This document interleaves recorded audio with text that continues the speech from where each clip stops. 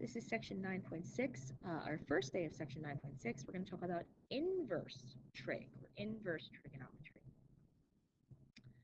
So if you know the sine, cosine, or tangent of an angle, you can use the inverse of the ratio. So that's sine to the -1, cosine to the -1, or tangent to the -1 to find the measure of the angle. So on our calculator, I know it's very tiny here, but above the sine, cosine, and tangent, we see in blue sine to the -1, cosine to the -1, and tangent to the -1. So if I wanted one of them, I would have to hit the blue button first, and then one of those buttons to get the -1.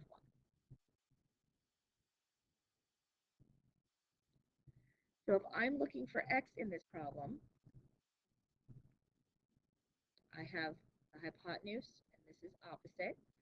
So just like before, I'm going to use what my two things are labeled as to figure out which ratio that is. And out of so, ka, toa, O, and H was sine. The only difference is, instead of setting up x over 24 or 15 over x, we now have x equals the inverse sine of O over H, 15 over 24. So on our calculator, we're going to fit inverse sine, 15 divided by 24, enter. And that's our angle measure. So it says to round to 10, so we'll say 38.7 degrees.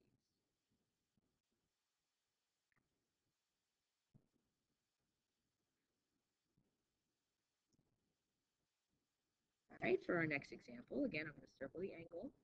This is my A and my H, so this time it's cosine. So x will equal the inverse cosine of A over H, or 8 over 11. So inverse cosine of 8 over 11 is going to give us 43.3 degrees.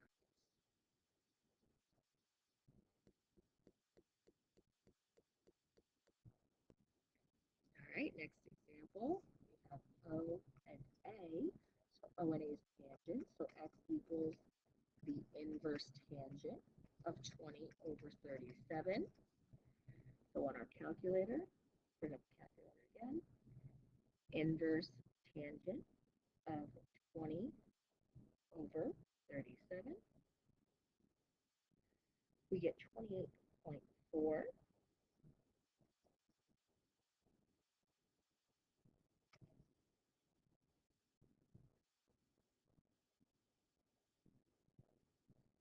All right, the next two examples are all exactly the same. So I think we're okay with that.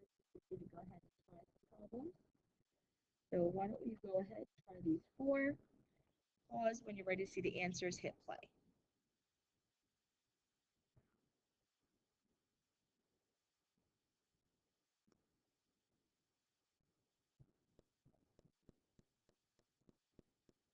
All right, so for the first one, we use the inverse cosine of 14 over 22 to get 50.5. For the second one, use the inverse tangent of 25 over 78 to get 17.8. For the third one, we use inverse cosine of 31 over 36 to get 30.6. And the last one, we use inverse sine of 10 over 19 to get 31.8. And like all trigonometry, we also have some applications to it. We have G is sine kite.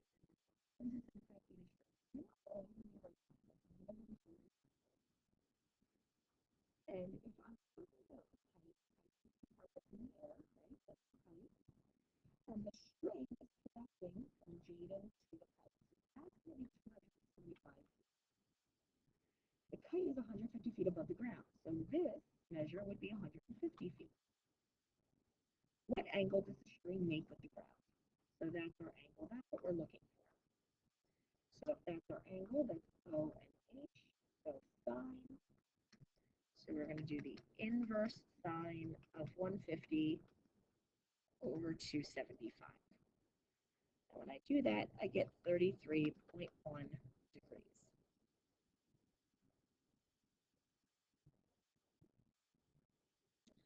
All right, the next application, let's draw a right triangle first.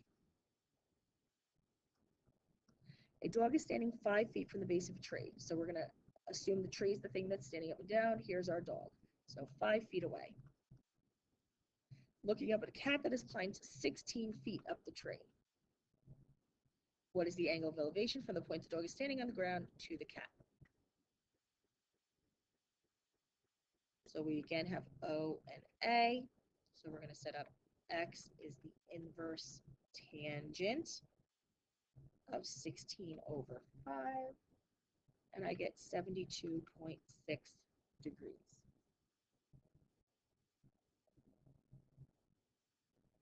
So you're going to try both of these. Pause when you're ready to see the answer, hit play.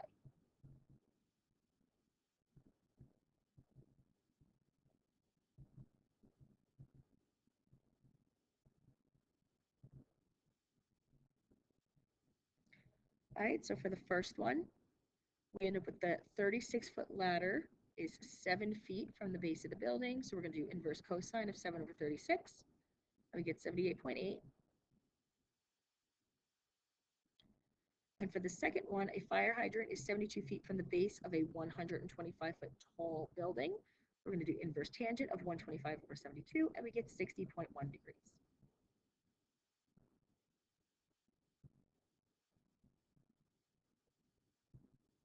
The last thing we have left is a bit of a challenge. We're looking for the measure of angle W. And I have two different right triangles here.